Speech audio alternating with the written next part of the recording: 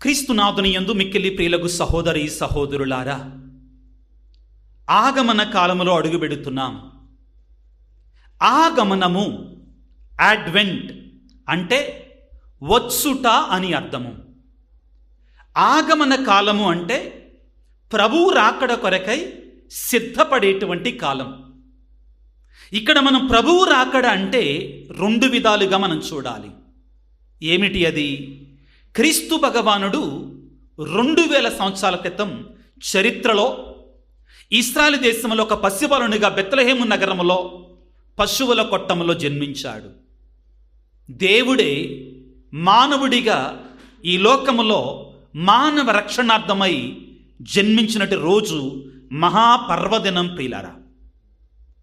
ఈ ఆగమన కాలం అనేటువంటిది చరిత్రలో జరిగినటువంటి ఆ దేవుడే మానవుడైనటువంటి ఆ సంఘటనని మరొక్కసారి మనం జ్ఞాపకం చేసుకొని పండగగా చేసుకోవడానికి సిద్ధపడేటువంటి కాలం మొదటిగా. కాబట్టే మనం డిసెంబర్ 25వ తారీఖున క్రిస్మస్ పండగను చేసుకుంటుంటే దానికి ముందు 4 వారాలు ఆ పండగ కొరకై మనం మనల్ని సిద్ధపరచుకుంటాం. రెండవది ప్రియులారా, ఈ ఆగమన కాలములో మరొక ముఖ్యమైనటువంటి అంతరార్థం దాగి ఉంది. ఏమిటి అది? ప్రభు యొక్క 2వ రాకడ కొరకే మనం సిద్ధపరచుకోవాలి.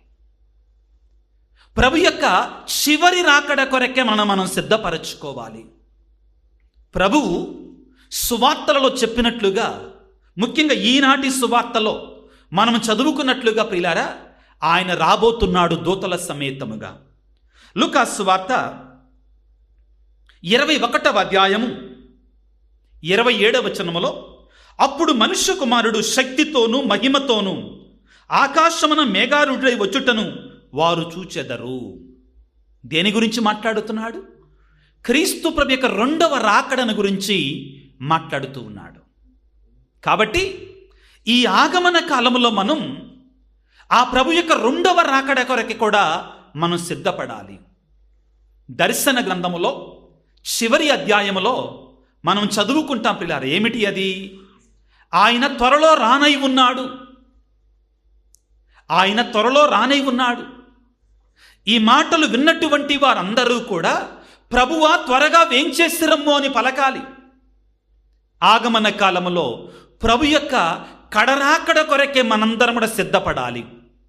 అయితే మొదటి రాకడ కడరాకడ మాత్రమే కాదు, మధ్యలో ఇంకొక రాకడ ఉందండోయ్. అదేంటంటే మధ్యంతర రాకడ అంటారు. ఏ విధంగా వస్తాడు ప్రభు మన దగ్గరికి అంటే, ఇదిగో ఈ వాక్యాన్ని ఆలకిస్తున్నారు కదా, యేసు ప్రభు మన దగ్గరకు వస్తున్నాడండి. ఇప్పుడు వాక్కు రూపములో మన దగ్గరికి వస్తున్నాడు. దివ్య బలి పూజలో పాల్గొంటున్నాం కదా, క్రీస్తు బలిపీఠం మీదకి మరొకసారి వస్తున్నాడు. నీ కుటుంబంలో నీ ఇంటిలో మోకరించి ప్రార్థన చేస్తున్నప్పుడు, జపమాల జపిస్తున్నప్పుడు నీ దగ్గరికి యేసు ప్రభు వస్తున్నాడు. ప్రభు అన్నాడు కదా, ఎక్కడ 2 లేక 3 నా నామం పేరిట చేరి ప్రార్థన చేస్తారో నేను అక్కడ ఉన్నాను అని పలికాడు కదా. ప్రభు వస్తున్నాడు ప్రియులారా అక్కడికి. అదేవిధంగా ప్రియులకు దేవుని బిడ్డలారా, ముఖ్యంగా మనం పేదలకి, అనాథలకి, అభాగ్యులకి, దీనులకి మనం సహాయం చేసినప్పుడు క్రీస్తు ప్రభు అక్కడికి వస్తున్నాడు పిల్లారా. జాగ్రత్తగా ఆలకించండి.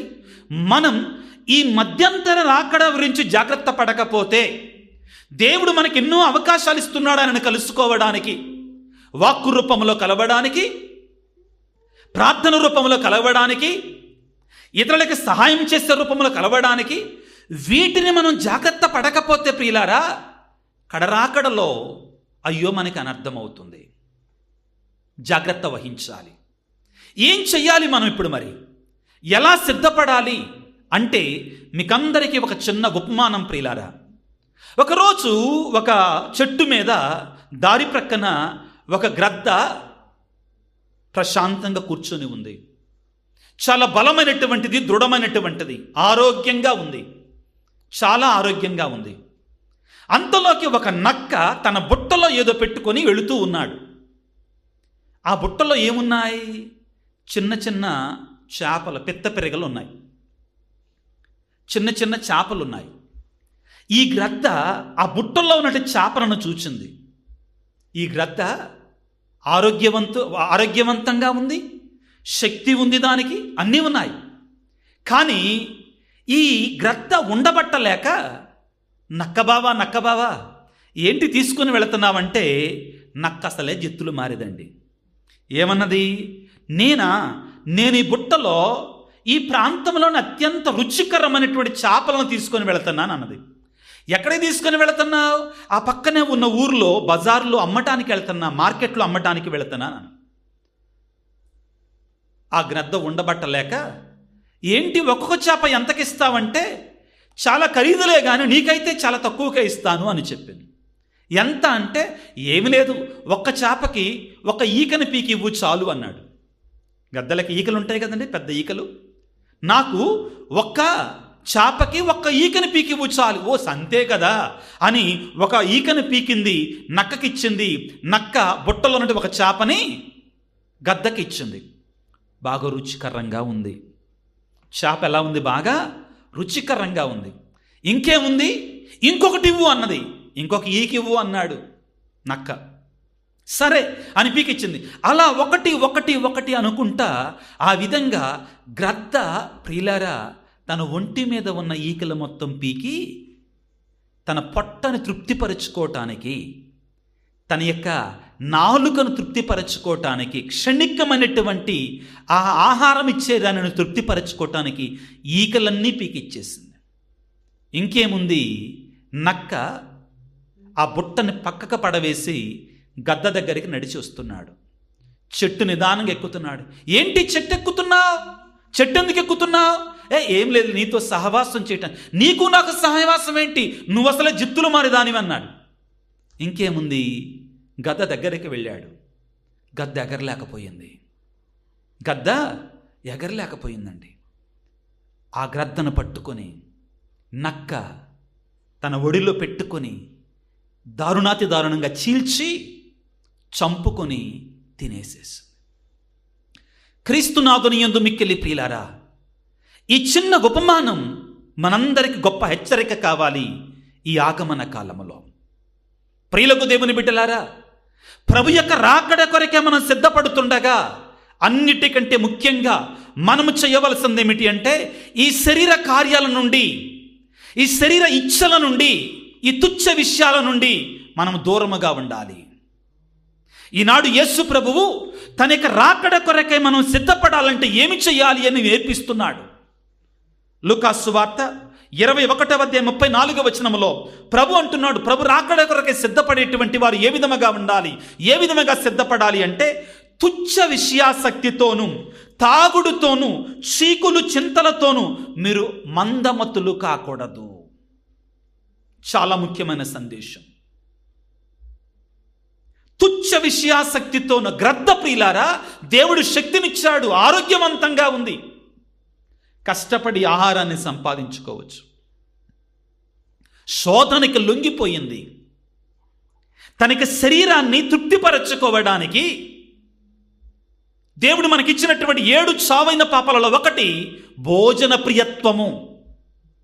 మనలో చాలామంది అంటారు కదా, ఏమిటి, నా డబ్బులు నేను తింటున్నా, నా డబ్బులు నేను తాగుతున్నా, నువ్వెవడి నాకు చెప్పేది అంటారు కదా. మన డబ్బులంటూ ఏది లేదండి. అంతా దేవుడు మనకిచ్చినట్టు ఉచితమైనటువంటి కృప, దీవెన. ప్రియులారా, ఇదిగో ఈ ఆగమన కాలములో మనందరము కూడా ఈ శరీరాన్ని మనం కంట్రోల్లో ఉంచుకోవాలి.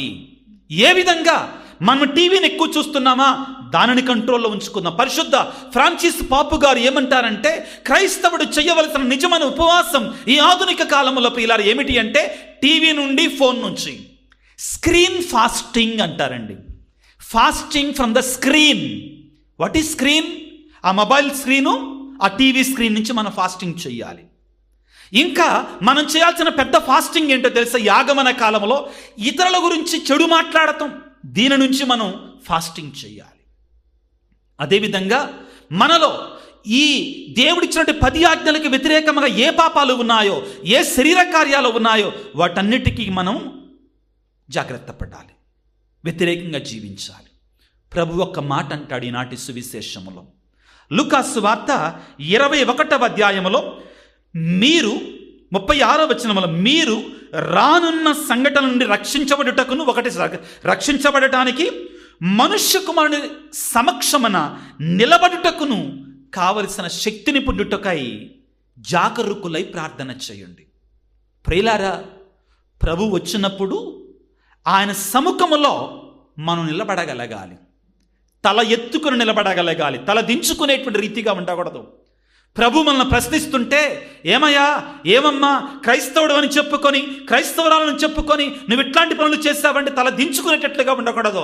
ప్రభు మనల్ని చూచి అలనాడు యోబు గురించి పలుకుతాడు. యోబు గ్రంథం 1వ అధ్యాయం 8-9 వచనాలలో నీతిమంతుడు, నిందారహితుడు, దైవభక్తి కలిగినటువంటి వాడని పలుకుతాడు. చూడు, ఆ విధంగా మన గురించి కూడా చెప్పగలగాలి. ప్రభువు పలికిన మాట ఏమిటి అంటే, తుచ్చ విషయాసక్తితోనూ తాగుడుతోనూ చీకు చింతలతోనూ మందమతులు కాక అప్రమత్తులై ఉండండి, జాగరూకులై ప్రార్థన చెయ్యండి. ప్రియులారా, లోకము బహుభయంకరంగా ఉంది. సాతానుడనేటువంటి వాడు మానవుని గలిబిలి చేసి తన శోధనలతో, తన ఆకర్షణలతో, ఉపమానంలో మనం చూసాం కదా, ఆ నక్క ఏ విధంగా జిత్తుల మారిది ఏ విధంగా ఆకర్షించిందో అదేవిధంగా మానవుని ఆకర్షిస్తుంది. 3 జ్ఞాన శత్రువుల మనిషికి: శరీరము, లోకము, పిశాచము. వీటితో జాగ్రత్తగా ఉండు బిడ్డ. ఎఫెసీ పత్రిక 6వ అధ్యాయము 12వ వచనంలో పౌలు గారు పలికిన మాట మనం జ్ఞాపకం చేసుకోవాలి. ఏమిటి అంటే, ఈ యొక్క సాతాను శక్తుల మీద పోరాటము కొరకై మన శక్తిని మనం బలపరచుకోవాలి. ఈ శోధనను జయించటానికి మనము దేవుని యొక్క శక్తిని పొందుకోవాలి. ఏ విధంగా పొందగలం మనం? ప్రార్థన. ప్రభు పలికాడు కదా, ఏమంటున్నాడు? జాగరూకులై ఎల్లవేళలా ప్రార్థన చెయ్యుడు. ఈనాడు ప్రభువుని వేడుకుందాం. ప్రభువా, నీ శిష్యులు నీ దగ్గరకు వచ్చి నువ్వు ప్రార్థిస్తూ ఉండగా చూచి, ప్రభువా మాకు కూడా ప్రార్థన నేర్పయ్యా అంటే పరలోక ప్రార్థన నేర్పించావు కదా, మేం కూడా ఈ ఆగమన కాలములో నిన్ను అంటిపెట్టుకొని నీ రాకడ కొరకై పాపాన్ని, పాత జీవితాన్ని, శోధనలను విడిచిపెట్టి నూతన జీవితాన్ని ప్రారంభించటానికి పౌలు గారు కొరింథీ పత్రికలో పలికినట్లుగా ఇదే కృపాకాలము, ఇదే రక్షణధనము అన్నట్లుగా ఈ ఆగమన కాలమే కృపాకాలము, రక్షణ ధనాలు అన్నట్లుగా మేము స్వీకరించి నీ రాకడ కొరకే సిద్ధపడే బిడ్డలుగా మమ్ము, మా కుటుంబాలని, మా సంఘాలను దీవించు తండ్రి అని ఆ దేవాది దేవుని ప్రార్థన చేసుకుందాం. దయచేసి తల్ల వంచండి, ప్రార్థన చేసుకుందాం. సర్వశక్తిమంతుడా, సర్వోన్నతుడా, ప్రేమమయుడా, మా కొరకై మనుష్యవతారిగా ఈ లోకములో రానున్నటువంటి ఓ చిన్నారి బాలయేసువా, మీకు స్తుతులు, స్తోత్రాలు, వందనాలు. ఈనాడు మీరు మాకు ఆగమన కాలంలో మేము ఏ విధంగా సిద్ధపడాలి, ఏ విధంగా నీ కొరకై, నీ రాకడ కొరకై ఎదురు చూడాలి అనే సందేశాన్ని మాకు ఇచ్చినందుకు మీకు స్తోత్రాలు. తండ్రి, మీరు ఇచ్చినటువంటి ఆగమన కాలాన్ని మేము ఆత్మీయంగా సిద్ధపడటానికి, మా పొరుగువారితో సఖ్యత పడటానికి, మా పొరుగువారికి సహాయం చేయడానికి వినియోగించుకొని, నీ వచ్చినప్పుడు మేము సిద్ధపడిన మనసులతో నిన్ను కలుసుకునే గొప్ప మనస్సును, గొప్ప హృదయాన్ని, గొప్ప సిద్ధపాటును మాకందరికి దయచేయండి ప్రభువా. ఈనాడు ఈ వాక్య పరిచయలో పాల్గొన్న ప్రతి బిడ్డ కొరకే ప్రార్థన చేస్తుండగా నీ చిన్నారి హస్తాలతో వారిని దీవించండి, ఆశీర్వదించండి. ముఖ్యంగా ప్రభువా, ఏ బిడ్డ ఏ ఉద్దేశంతో, ఏ తలంపుతో ఈ సమయంలో ప్రార్థనలో ఏకీభవిస్తున్నారో నీవు సర్వాన్ని ఎరిగిన దేవుడిగా నీవు తెలుసుకొని ఉన్నావు ప్రభువా. వారికి తలంపులను, వారి ఉద్దేశాలను, వారి ప్రార్థనలను, వారి కోరికలను మీరు ఆలకించండి ప్రభువా. నిశ్చిత్తమైన వాటిని నెరవేర్చమని వేడుకొనుచున్నాం. ప్రేమమయుడా, కనికర సంపన్నుడా, మా కొరకై మానవుడిగా ఈ లోకంలో జన్మించినటువంటి చిన్నారి బాలయేసువా, అనారోగ్యముతో బాధపడుతున్న ప్రతి బిడ్డను నీ గాయపడిన హస్తాలతో తాకి స్వస్థపరచండి.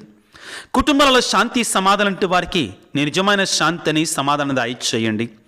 ఆత్మలను నాశనం చేసుకుంటూ సాతాను వశం చేసుకుంటున్నటువంటి వారికి విడుదల, విమోచన, అదేవిధముగా నీ పరిశుద్ధాత్మ శక్తిని అనుగ్రహించమని వేడుకొనుచున్నాము. కుటుంబాలలో ప్రభువా, వివిధ అవసరతలతో, వివిధ కోరికలతో, వివిధ రకాల బాధలతో మరి శ్రమలు పొందుతున్న బిడ్డలందరి కొరకే ప్రార్థిస్తూ ఉండగా నీ పరిశుద్ధమైనటువంటి ఆత్మను వారిపై కుమ్మరింపచేసి నీ సహాయాన్ని వారికి సమృద్ధిగా ప్రసాదించమని వేడుకొనుచున్నాం. యవన ప్రాయములంటి కుమారులు కుమార్తెల కొరకే ప్రార్థిస్తున్నాం.